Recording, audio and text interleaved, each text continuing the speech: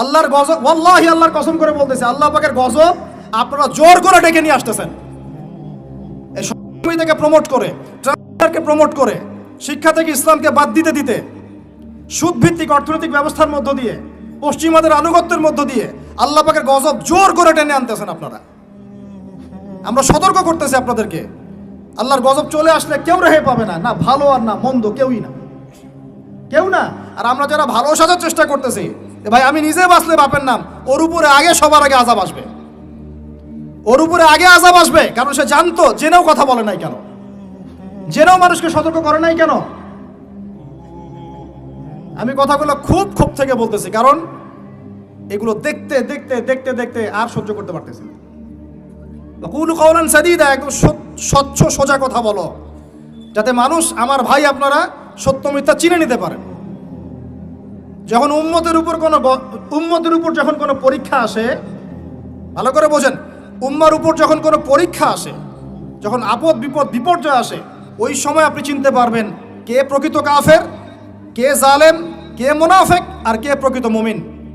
আপনি পৃথিবী থেকে চলে গেলে রব্বির হামহুমা কামা রব্বায়ানি সগীরাও বিশুদ্ধ করে পড়তে পারবে কিনা সন্দেহ আছে। দোয়া করে রব্বির হামহুমা কামা রাব্বায়ানি সাগীরা, এই একটা বাক্যের মধ্যেই 5টা-6টা ভুল হলো। বলে রাব্বির হামহুমা কামা রাব্বায়ানি সাগীরা, এভাবে বলে আপনার ছেলে। ব্যর্থ পিতা আপনি, একজন ব্যর্থ পিতা, একজন ব্যর্থ মা। যে মা, যে পিতা সন্তানকে কোরআন শেখাতে পারলো না, এর চেয়ে হতভাগায় পৃথিবীতে কেউ নাই। কোরআন আল্লাহ পাক আপনাকে দিয়েছেন শোকেজের মধ্যে তুলে রাখতে। বাবা মারা গেলে 3 দিনের দিন বের করবেন, 40 দিনের দিন বের করবেন, আর বছর কি দিন বের করবেন। ওই দিন হুজুরকে খুঁজবেন, হুজুর আসেন জানাজা পড়াই দিয়ে যান। অন্য সময় দাড়ি টুপি পাগড়ি জুব্বা দেখলে ভয় আতঙ্কে বাড়ি ভাড়া পর্যন্ত দেন না। হুজুরকে দরকার হয় কখন? নিজের জানাজার সময়। বাড়ির কেউ মরলে, দোকান উদ্বোধন করবে, তখন জিলাপি আর খোরমার দরকার হয়। আর আমরাও এমন গায়রতহীন হয়ে গেছি, 500-1000 টাকার জন্য আবার জানাজা পড়াতেও যাই। একটা প্যারালাইজড নোংরা প্রজন্ম গড়ে তুলছি আমরা। শিক্ষার কিছুই নাই, এখন কিচ্ছু নাই। আপনি কি মনে করছেন আমি আমার আবেগ থেকে কথা বলছি না? প্রত্যেকটা কথার রেফারেন্স এবং দলিল আমি আপনাকে ডিবেট করে প্রমাণ করতে পারবো। ইসলাম তো আস্তে আস্তে মিটিয়ে দিয়েছেনই, এখন যে নৈতিক শিক্ষাটুকু ছিল সেটাও নাই। এরা সার্টিফিকেটের জন্য পড়াশোনা করে, অনলি ফর চাকরি, অনলি ফর একটা ইন্টারভিউ। এই শিক্ষায় শিক্ষিত হয়ে এই জাতি কোনোদিনও সফল হতে পারবে না ইনশাআল্লাহ তাআলা, কোনোদিনও না। ইসলাম বিবর্জিত কোনো শিক্ষা ব্যবস্থা দিয়ে আল্লাহর জমিনে মুসলমানরা অধঃপতন ছাড়া আর কিচ্ছু পাবে না। ইসলাম বিবর্জিত কোনো শিক্ষা ব্যবস্থা দিয়ে আল্লাহ পাকের জমিনে মুসলমানরা মার খাওয়া ছাড়া কোনো পথ নাই। মূল কথায় আসেন, মূল কথা হচ্ছে আমরা ইসলামিক ফ্যামিলিতে জন্ম নিয়েছি, কালিমা লা ইলাহা ইল্লাল্লাহ এর অর্থই বুঝি না। আমরা ঈমান ভঙ্গের কারণ জানি না, ঈমান ভঙ্গের 10টা কারণ আছে এটা আমরা জানি না। আমরা হয়তো অনেকে জানি ওযু ভঙ্গের কারণ কয়টা, কোন কোন কাজ করলে, কোন কোন কথা বললে ঈমান ভঙ্গ হয়ে যায়, এটা আমরা জানি না। মুসলিম পরিবারে জন্ম নিয়েছি, আমরা ইসলামের এই নেয়ামত মোটেই স্বীকার করতে পারি নাই, বুঝতে পারি নাই। যারা সংগ্রাম করে, সবর করে, রক্ত দিয়ে, জীবন দিয়ে ইসলাম প্রতিষ্ঠা করেছিলেন নবীর যুগে, তারা বুঝতেন ইসলামের স্বাদ কি, তৃপ্তি কি, ইসলামের নূর কি জিনিস। রেডিমেড পেয়েছি ইসলাম, ইসলামের আলিফ পর্যন্ত আমাদের ভিতরে ঢোকে নাই এখনো। শিরক কত প্রকার, কি কি, ম্যাক্সিমাম জানে না, ম্যাক্সিমামই না। মুসলিম পরিবারে জন্ম নিয়েও ওই যে মাজার পূজা করছে, কবর পূজা করছে, তার ধারণা যে ওইখানে গেলে আল্লাহকে পাওয়া যাবে। শিরক কি কেন জানে না। মুসলিম পরিবারে জন্ম নিয়ে বলছে যে এই বিশ্বটা আল্লাহ পাক সৃষ্টি করেন নাই, নাউজুবিল্লাহ, বিগ ব্যাং থেকে সৃষ্টি হয়েছে। কথা কি বুঝতে পারেন? বুঝেন নাই মনে হয়, নাকি আমি ভুল জায়গায় ভুল ওয়াজ করতেছি? মুসলিম পরিবারে জন্ম নিয়ে বলছে মহাবিশ্ব বিগ ব্যাং থেকে সৃষ্টি হয়েছে, মানে আল্লাহ সৃষ্টি করেন নাই। বুঝেন বিগ ব্যাং কি জিনিস? আল্লাহ পাক সূরা আম্বিয়াতে বলেছেন, আওয়ালাম ইয়ারাল্লাযীনা কাফারু, কাফেররা কি দেখে না আন্না সামাওয়াতি ওয়াল আরদা, এই পুরো সাত আকাশ এবং এই জমিন পৃথিবী, কানাতা রাতকান ফাফাতাকনাহুমা, এটা একটা বিন্দুর মধ্যে ছিল। সাত আকাশ এবং জমিন এক বিন্দুর মধ্যে ছিল। ফাফাতাকনাহুমা, আমি আল্লাহ এটাকে বিস্ফোরিত করে আলাদা করে দিলাম। সুবহানাল্লাহ। তাহলে কে আলাদা করলো? এখনকার শিক্ষানীতি আপনাকে বলবেন না, আল্লাহর কনসেপ্ট এখানে নাই, ওটা অটোমেটিক্যালি সৃষ্টি হয়েছে এবং আপনি পরীক্ষায় পাশের জন্য সেটা লিখবেনও, আপনি নিজেও মুশরিক হয়ে গেলেন।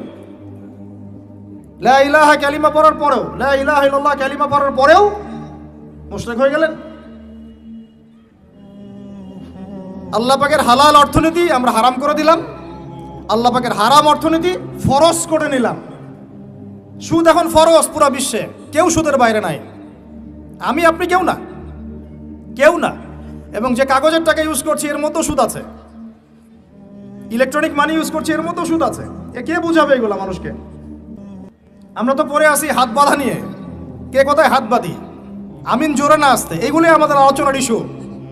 ওদিকে যে গোড়াতেই আমার একদম আগুন লেগে গেছে, ওর কোনো খবরই নাই। আমরা সিলি বিষয়গুলো নিয়ে, সিলি বলছি এই তুলনায় যেগুলো মুস্তাহাব পর্যায়ের আমল, এগুলো মুস্তাহাব পর্যায়ের আমল, সুন্নাত সর্বোচ্চ। আমরা ফুকাহায়ে কেরামের পরিভাষায়, উসুলের পরিভাষায় এটাকে বলি মুস্তাহাব পর্যায়ের আমল। আমরা এইগুলো নিয়ে ঝগড়া করে মসজিদ ভাগ করতেছি। অর্থনীতির মধ্যে সুদ, পুরো বিশ্ব ব্যবস্থার মধ্যে হারাম, তাগুতি শক্তি, পুরো ওয়ার্ল্ডের যে রাজনীতি এর মধ্যে কুফর, ইহুদি, খ্রিস্টান, জাইনিসদের আগ্রাসন, প্রত্যেক দেশে দেশে মুসলিমদের উপরে নির্যাতন, শিক্ষানীতির মধ্যে ইসলাম বিবর্জন, সব চলতেছে। আর আমরা ছোট ছোট বিষয়গুলো নিয়ে তর্ক করতেছি। তো বিশ্ব সম্পর্কে তো চোখ কান খোলা রাখতে হবে আপনাকে আমাকে। মূল সমস্যাটা হচ্ছে এইগুলাই, আমরা মুসলিম পরিবারে জন্ম নিয়েছি ঠিকই, ইসলাম কি ভাই বুঝি না, শিরক কি ও কেন, কত প্রকার কি কি জানি না, তাওহীদ কত প্রকার কি কি বুঝি না, তাওহীদ রুবুবিয়্যাহ এই শব্দটা আপনার সিলেবাসেই নাই। 25 বছর পড়াশোনা করছেন, তাওহীদ রুবুবিয়্যাহ শিখেছেন? তাওহীদ উলুহিয়্যাহ এই শব্দই নেই আপনার বইয়ের মধ্যে। তাওহীদ আসমা ও সিফাত এই শব্দটাই নাই। এখন তো এই বইটাই নাই, বাতিল, অপশনাল সাবজেক্ট। সায়েন্সের মধ্যে নাই, কমার্সের মধ্যে নাই, আর্টসের মধ্যে অপশনাল সাবজেক্ট। আল্লাহর গজব ডেকে নিয়ে আসতেছেন আপনারা, কথা বোঝা যাচ্ছে? এখন সেই অবস্থা চলতেছে। মুসলিম পরিবারে জন্ম নিয়েছেন ভাই, তাওহীদ শিখতে হবে কি না? তাওহীদ 3 প্রকার, রুবুবিয়্যাত, উলুহিয়্যাত, আসমা ও সিফাত। আরেকদিন আপনাকে বোঝাবো ইনশাআল্লাহ। শিরক 3 ভাবে হয়, একইভাবে। শিরক আকীদায় হয়, শিরক আমলে হয়, শিরক কথা কাজে হয়, শিরক চিন্তায় হয়, শিরক আপনার আসমা ও সিফাতেও হয়, অনেকভাবে হয়, কথায় হয়, কাজে হয়, চিন্তায় হয় ইত্যাদি। মুসলিম পরিবারে জন্ম নিয়ে তাকে সুন্নত শেখাতে হয়, যে এই কাজগুলো সুন্নত, এগুলো আপনাকে শেখাতে হবে কেন? কেন শেখাতে হবে? কেন আপনি নিজের তাগাদা থেকে সুন্নত শিখবেন না? নবী সাল্লাল্লাহু আলাইহি ওয়াসাল্লাম কি হুজুরদের নবী না আপনারও নবী? কথা বলেন, উত্তর দেন। নবী সাল্লাল্লাহু আলাইহি ওয়াসাল্লাম কি হুজুরদের নবী না আপনারও নবী? তাহলে আপনার মধ্যে তার সুন্নত থাকবে না কেন? আপনার চেহারায় দাড়ি নাই কেন? আপনার প্যান্টটা টাকনুর নিচে কেন? কেন আপনি নবী সাল্লাল্লাহু আলাইহি ওয়াসাল্লামের জীবনী সারা জীবনও একবার পড়ে দেখতে পারলেন না? নবী সাল্লাল্লাহু আলাইহি ওয়াসাল্লাম 23 বছর আপনার আমার জন্য কষ্ট করেছেন, মানুষের মার খেয়েছেন, গাল খেয়েছেন, তাকে 15 বার হত্যা করার চেষ্টা করা হয়েছে, তাকে দেশ থেকে বের করে দেওয়া হয়েছে, গলায় দড়ি পেঁচিয়ে টান দেওয়া হয়েছে, পিঠের মধ্যে উঠে নাড়ি ভুড়ি চাপানো হয়েছে, দাঁত ঘুষি মেরে দাঁত ফেলে দেওয়া হয়েছে, মাথা ফাটিয়ে দেওয়া হয়েছে, পা ভেঙে দেওয়া হয়েছে। কাদের জন্য? তার জন্যে। তা আপনি আমি কেন তার জীবনী পড়ে দেখলাম না কখনো? কেন আপনার চেহারায় দাড়ি থাকবে না, আমার চেহারা দাড়ি থাকবে না? কেন আমাদের প্যান্ট টাকনুর নিচে উপরে থাকবে না? কেন আমাদের কথাবার্তা, চাল চলন, খাওয়া দাওয়া, ইস্তেঞ্জা করা, নামাজ পড়া, প্রতিটা অ্যাক্টিভিটি সুন্নাহ মাফিক কেন হবে না? এটা আপনাকে হুজুরকে শেখাতে হবে কেন? এটা তো আপনার দায়িত্ব শেখা, নিজের দায়িত্ব। আল্লাহ রাস্তায় বের হতে আপনাকে বলতে হবে কেন? নিজের তাগাদা থেকে আপনি বের হবেন। হুজুররা কবরে যাবে, আপনি যাবেন না? উত্তর দেন। হুজুররা, তোমরা উত্তর দাও, ছেলেরা, ইয়াং জেনারেশন তোমরা যারা আছো, হুজুররা কবরে যাবে, আমরা যাব না? হুজুরদের নবী মুহাম্মদ সাল্লাল্লাহু আলাইহি ওয়াসাল্লাম আমাদের নবী নন? নবী সাল্লাল্লাহু আলাইহি ওয়াসাল্লাম শুধু সাহাবীদের জন্য আসছিলেন না আমাদের সবার জন্য আসছিলেন? নবী সাল্লাল্লাহু আলাইহি ওয়াসাল্লাম সারা জীবনে যে কষ্টগুলো স্বীকার করেছেন তা নিজের জন্য না আমাদের জন্য? কিয়ামতের মাঠে তার সুপারিশ ছাড়া আপনি পার পাবেন? তাহলে আপনাকে সুন্নত কেন শেখাতে হবে? কেন আপনাকে মেসি নেইমারের হিস্ট্রি পড়াতে হয় না? আপনি তো নিজেই জানেন। কেন আপনাকে এই নায়ক নায়িকাদের হিস্ট্রি পড়াতে হয় না? আপনি নিজেই জানেন, খোঁজ খবর নেন। কিন্তু মুহাম্মদ সাল্লাল্লাহু আলাইহি ওয়াসাল্লাম সম্পর্কে এত গাফেল কেন? সুন্নত না জানলে বেদাত চিনবেন কিভাবে? সুন্নত চিনলে পরে তো বেদাত চেনা যাবে যে এগুলো সুন্নত, এগুলোর বাইরের এগুলো বেদাত। তখন তো বেদাতের আলাদা করে সংজ্ঞা আপনাকে শেখাতেই হয় না। মুসলিম পরিবারে জন্ম নিয়েও তাওহীদ চিনতে পারছি না, শিরকের মধ্যে লিপ্ত আছে। সুন্নত চিনতে পারছি না, বেদাতে লিপ্ত আছে। নামাজ, সুবহানাল্লাহ, মুসলিম পরিবারে জন্মগ্রহণ করে নামাজ পড়েন না কেন? নামাজ কি হুজুরদের উপর ফরজ? বলেন। আপনার বয়স কি 10 বছরের নিচে? তাহলে আপনি নামাজ পড়েন না কেন? ফরজ মানে কি? আপনি ইচ্ছা হইলে করলেন, ইচ্ছা হইলে করবেন না, নাকি এটা ফরজ? ফরজ হয়তো বোঝেন। ফরজ কি? ওই যে প্রত্যেক রাতে যে মেয়ের সাথে খষ্টি নষ্টি না করলে আপনার ঘুম হয় না, ওইটা হচ্ছে ফরজ।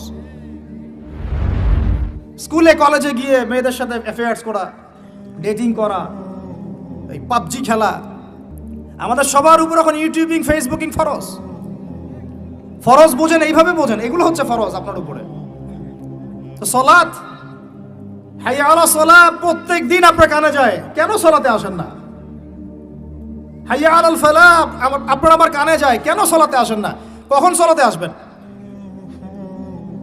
ছোট ভাইরা কখন সালাতে আসবেন? যখন আপনার বয়স হবে 50, ওই সময় এসে প্রথম কাতারে চেয়ার নিয়ে দৌড়াদৌড়ি করবেন। আমরা যখন মসজিদে যাই, প্রথম কাতারগুলোতে প্রথম 2টা কাতার থাকে বয়স্করা, বৃদ্ধরা, যুবকরা নাই। আর ওই সময় চেয়ার নিয়ে মারামারি, কারণ এখন তো সেজদা দেওয়ার মতো শরীরে ক্ষমতা নাই। আর কে আগে চেয়ার দখল করতে পারে, ওই হচ্ছে প্রতিযোগিতা। তখন আমরা কি ওই সময়ের জন্য অপেক্ষা করছি? সুবহানাল্লাহ। নামাজ পড়লে কি আপনি জঙ্গি হয়ে যাবেন? নামাজ পড়লে আপনি কি মানবতা বিরোধী অপরাধী হয়ে যাবেন? এই ফাইজলামি মার্কে কথাবার্তা যারা বলবে, সমাজ থেকে বয়কট করে দিবেন, আর সামাজিক প্রতিবাদ গড়ে তুলবেন। এই শব্দগুলো সস্তা করতে করতে যাকে তাকে যা ইচ্ছা তাই বলে বেড়াচ্ছে। ধর্মের কথা, ইসলামের কথা বললেই মানুষ সন্ত্রাসী হয়ে যায়। আমরা কি শান্তিপূর্ণ পরিবেশের মধ্যে অশান্তি সৃষ্টি করতে চাই? কোশ্চিনকালেও নয়। কিন্তু আপনার ছেলে, আমার ভাই, আপনার বোন নামাজ পড়বে না কেন? নামাজ পড়লে কি মানুষ খারাপ হয়ে যাবে?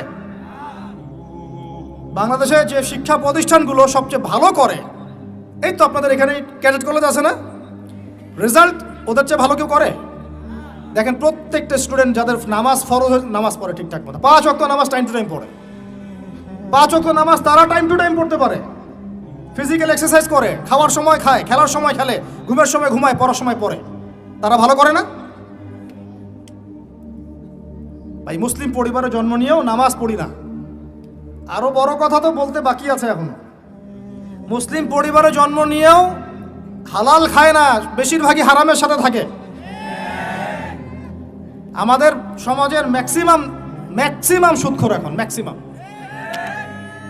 সুদ কি? আমার কাছে শোনেন সুদ কি, বাকিদের কথা বাদ দেন। আমার কাছে শোনেন সুদ কি জিনিস। সুদ ইজ ইকুয়াল টু নিজের মায়ের সাথে করা। আমার কাছে শোনেন সুদ কাকে বলে। সুদ ইজ ইকুয়াল টু আল্লাহর সাথে যুদ্ধ করা। সুদ সমান সমান রাসূল মুহাম্মদ সাল্লাল্লাহু আলাইহি ওয়াসাল্লামের বিরুদ্ধে অস্ত্র ধরা। সুদ সমান সমান নিজের মাকে বিয়ে করা। সুদ সমান সমান 36 বার জেনা করা, তাও 1 দিরহাম সুদ। 1 দিরহাম সুদ কোথায় আছে এগুলা? আমি কি আসমান থেকে কথাগুলো বললাম? সহিহ বুখারীর হাদিসে নবী সাল্লাল্লাহু আলাইহি ওয়াসাল্লাম বলেছেন, সুদের পাপের 70টা শাখা আছে। কয়টা ভাই? আরেকটা হাদিস পেয়েছিলাম, সেখানে আছে 73টা শাখা। কয়টা? যার সবচেয়ে নিচের শাখাটার নাম হলো নিজের মাকে বিয়ে করা। আমরা প্রত্যেকেই মায়ের সাথে করি যারা সুদ খাই। আমাদের মধ্যে যারা সুদ খায় প্রত্যেকেই তার মায়ের সাথে রাত কাটায়। আর কিভাবে বললে কথাগুলো কানে যাবে, কলবে আঘাত করবে আমার জানা নাই। আমরা এটা শুধু খাই না, এটা ফরজ হয়ে গেছে এখন। কারণ এই বিশ্ব ব্যবস্থা পরিচালিত হচ্ছে ইহুদিদের হাত দিয়ে, এই বিশ্ব ব্যবস্থা পরিচালিত হচ্ছে খ্রিস্টানদের হাতে, এই বিশ্ব চালায় এখন জাতিস্টরা, এই বিশ্ব চালায় জাতিসংঘ, এই বিশ্বের অর্থনীতি চালায় ওয়ার্ল্ড ট্রেড, এটা বাণিজ্য, ওয়ার্ল্ড ট্রেড অর্গানাইজেশন, এটা বাণিজ্য চালায়, IMF, world bank, federal reserve bank, এরা চালায় বিশ্ব অর্থনীতি। এরা প্রত্যেকেই সারা বিশ্বের প্রত্যেকটা দেশের সেন্ট্রাল ব্যাংকে সুদ খাওয়ায়, এবং সেন্ট্রাল ব্যাংকের আন্ডারে যত ব্যাংকিং সিস্টেম আছে সবগুলো সুদ ভিত্তিক। সব ব্যাংকিং সিস্টেম, সব NGO, সব সমিতি কোনো না কোনোভাবে সুদের সাথে সম্পৃক্ত আছেই আছে। ওইখানে নাম লিখানোর জন্য, ওই টাকা দেওয়ার জন্য মাথার ঘাম পায়ে ফেলে আপনি পরিশ্রম করেন। আমরা প্রত্যেকেই মায়ের সাথে করি, নাউজুবিল্লাহ। আমরা প্রত্যেকে আল্লাহর সাথে যুদ্ধ করি, আমরা প্রত্যেকে রাসূলের বিরুদ্ধে যুদ্ধ করি। এরপরেও আমরা মুসলমান দাবি করি, জান্নাত পেতে চাই। আর কিভাবে বললে কথাগুলো বুঝবেন আমি জানি না। সূরা বাকারার 279 থেকে আয়াতগুলো পড়তে থাকেন।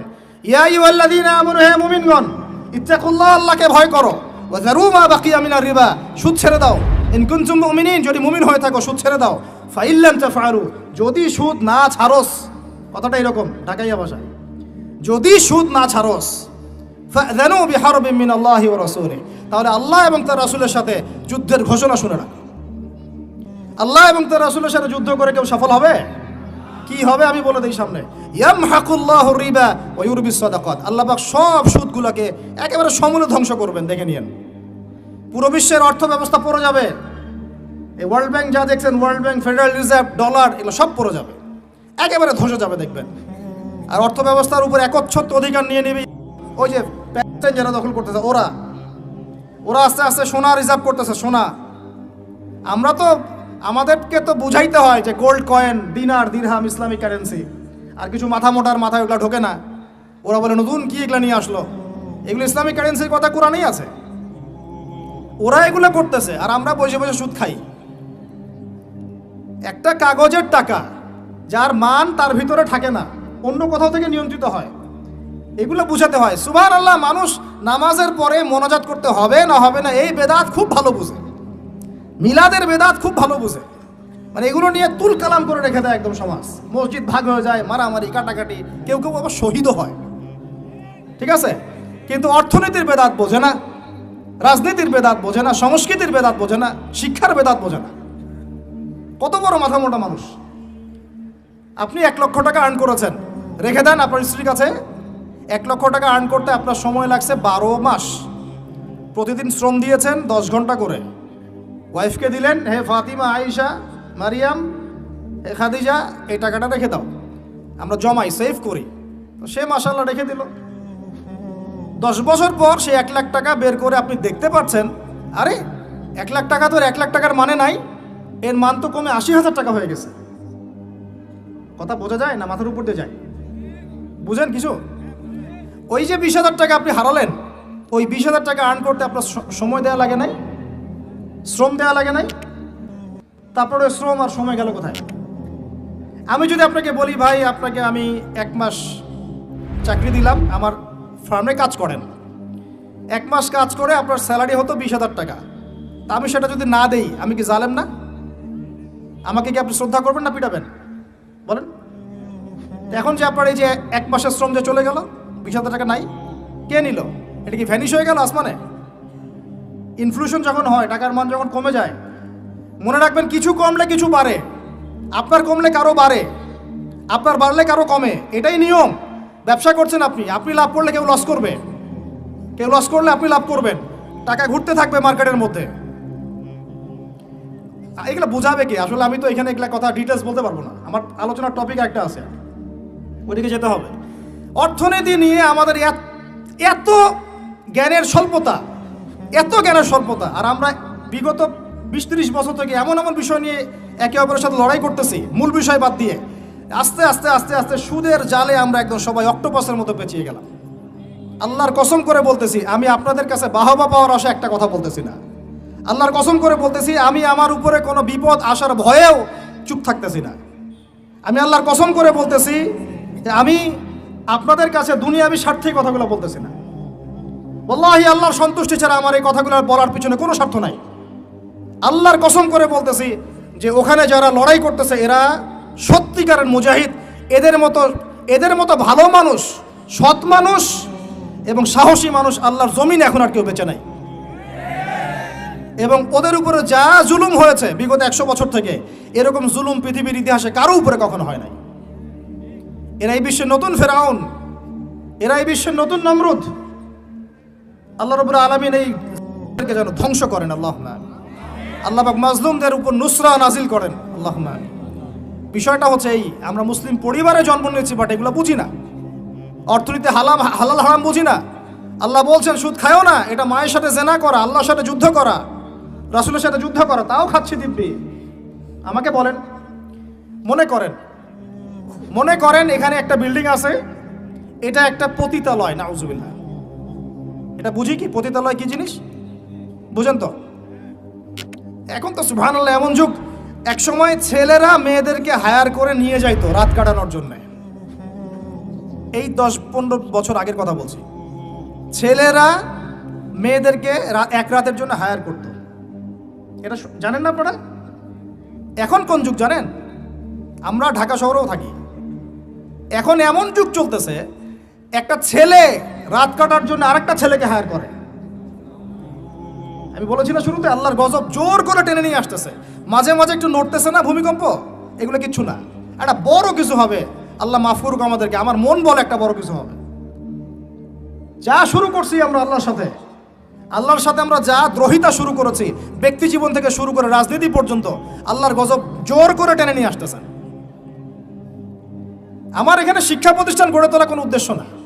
আমার উদ্দেশ্য হচ্ছে আপনাদের মধ্যে আকীদা আমলের পরিবর্তন আসুক, বুঝ আসুক, ওয়ার্ল্ড অ্যাফেয়ার্স সম্পর্কে বুঝেন, ব্যক্তি জীবন বোঝেন, সুন্নত বোঝেন, তাওহীদ বোঝেন, শিরক বোঝেন, হালাল হারাম বোঝেন, ওয়ার্ল্ড অ্যাফেয়ার্স বোঝেন, অর্থনীতি বোঝেন, সামনে কি হতে পারে এই বিষয়ে সচেতন থাকেন, সেইভাবে জীবনটাকে ঢেলে সাজান। এটা উদ্দেশ্য। আলিফ বা তা পড়ানোর উদ্দেশ্য না আপনাদেরকে।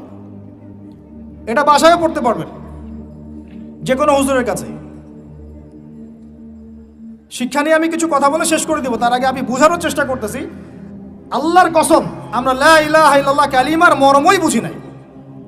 কোন কালিমা পড়ে মুসলিম হয়েছি আমরা? এখন এই যুগ চলছে। মনে করেন এরকম অনেকগুলো পতিতা মেয়ে একটা জায়গায় থাকে, মানুষ ওখানে গিয়ে রাত কাটায়, এটা বলে পতিতালয়। এখানে কেউ ম্যানেজার, এখানে কেউ আগিয়ে দেয় দালাল, এখানে কেউ দরজা দাঁড়িয়ে থাকে সিকিউরিটি গার্ড, এখানে কেউ মনে করেন রেজিস্টার নেয় লিখে। বুঝতে পারছেন? এরকম একটা সিস্টেম চলছে। মনে করেন এখানে, আল্লাহ না করুক, এখানে একটা কিছু আছে। তো এখন এই প্রতিষ্ঠানে যে ব্যক্তি লিখে, এই পতিতালয়ে যে ব্যক্তি পতিতাদের লিস্ট করে, কি করে? ওই ব্যক্তি দাওয়াত করলে আপনি দাওয়াত খাবেন কিনা বলেন, আমাকে বলেন। ওই ব্যক্তি আপনাকে খাওয়ার দাওয়াত করেছে, আপনি খাবেন কিনা? ওখানকার ম্যানেজার, যে ওটা ম্যানেজার, পতিতালয়ের ম্যানেজার, যে সে ম্যানেজ করে কার পরে কে যাবে, কাস্টমার আসলে ডিল করে, আপনি ওই ম্যানেজারের বাসায় খাবেন কিনা বলেন? আর কেউ আছে ওখানে পতিতা, সে আপনাকে ইনভাইট করেছে, খাবেন কিনা? আর একজন ব্যক্তিকে আপনি স্পষ্ট দেখলেন, সে সেখানে ঢুকলো, কাজ করলো, বের হইলো, ওর বাসায় খাবেন কিনা? এখন হাদিস শোনেন, এবার হাদিস শোনেন। নবী সাল্লাল্লাহু আলাইহি ওয়াসাল্লাম বলেছেন, বলেন সাল্লাল্লাহু আলাইহি ওয়াসাল্লাম, চার শ্রেণীর মানুষকে আমি সমানভাবে অভিশাপ করে গেলাম। আমার সাথে বলেন তো কি বললাম? আরো জোরে বলেন। 4 শ্রেণীর মানুষকে আমি সমানভাবে অভিশাপ করে গেলাম। 1, যে ব্যক্তি সুদ খায়, 2, যে ব্যক্তি সুদ দেয়, 3, যে ব্যক্তি সাক্ষী থাকে, 4, যে ব্যক্তি লিখে রাখে। আর নবীজি বলেছেন 1 দিরহাম সুদ যে খায় সে যেন 36 বার জেনা করলো।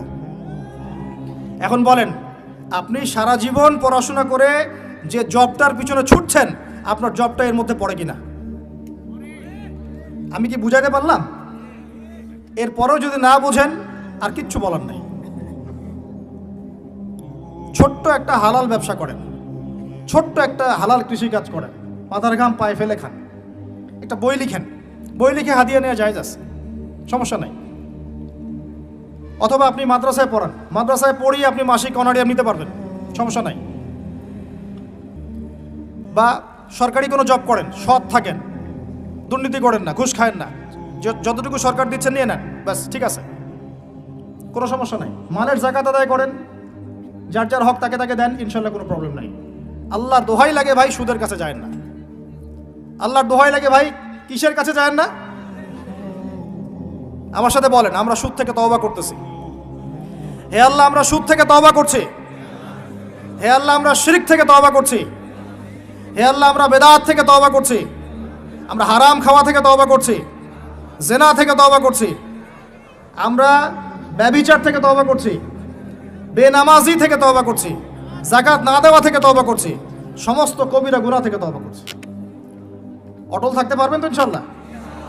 যদি ওয়াজ এক কান দিয়ে ঢুকে আর এক কানে বের করে দেন, আমার এখানে আসাও মূল্যহীন, আপনার এখানে আসাও মূল্যহীন। এই আয়োজনের কোনো মূল্য থাকবে না। বরং কালকে আমাদের মাঠে এই মাটিটা যেখানে বসে আছি আমরা এখন, এই আমার চেয়ারের নিচের মাটি, আপনার বসার স্থানের নিচের মাটি, আল্লাহর কাছে অভিযোগ পেশ করবে। এইখানে এই আলোচনা হয়েছিল, তারপরেও তারা সংশোধিত হয় নাই। আর আমার জন্য আরও বড় বিপদ, দোয়া করবেন যেন আমি এই বিপদ থেকে নিজেকে রক্ষা করতে পারি। যা বলেছি তার উপরে নিজেকে আমল করতে হবে। আল্লাহ পাক আমাকে তৌফিক দান করুন, আপনাদের সবাইকে তৌফিক দান করুন।